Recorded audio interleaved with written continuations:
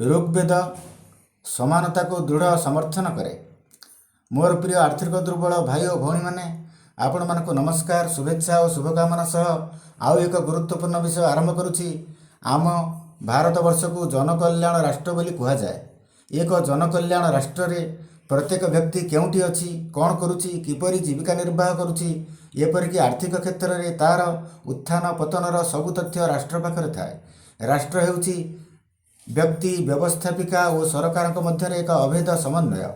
व्यक्तिर विकास रे राष्ट्र विकसित हुए, व्यक्तिर पतन हेले राष्ट्र लज्जित हुए। नीति नियंता माने दंडित हुअन्ति।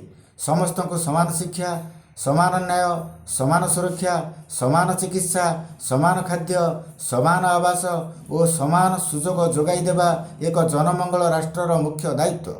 जोठी प्रत्येक परस्पर उन्नति पाई गर्व अनुभव करती और अवनति पाई परस्पर को दायी करती। जनकल्याण राष्ट्रर वास्तवायन हेले पछरे पड़ जाइथिबा 100 कोटी दरिद्र मानक पई आगर थिबा 10 भाग धनिक हृदय बिलपी उठंता।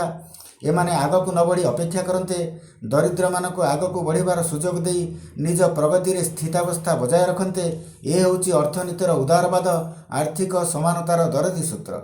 हिंदू धर्मर सर्वश्रेष्ठ मार्गदर्शन ऋग्वेद रे ठीक यही भली समानतार कथा कह जाइछि।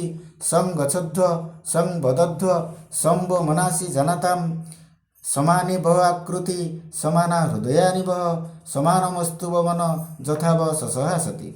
अर्थात तुम मानकर मन समान, आकृति समान, समान हृदय तुम मानकर। तुमे समस्ते एकत्र सहावस्थान कर, एकत्र चाल, आलाप आलोचना करी करी चाल। एपरिकी एपरि हेले तुमे परस्पर अभाव असुविधा संबंध में अवगत हेब एवं परस्पर को साहाय्य करिब। तुम मध्य भिन्नता रहिले तुमे एकत्र होई परिब नाही। संतान संतति मानक मध्य भिन्नता रहिले जगतर पिता दुखित हुअन्ति। एणु आमे समान शिक्षा और आर्थिक समानता दाबी करिबा यथार्थ अटे।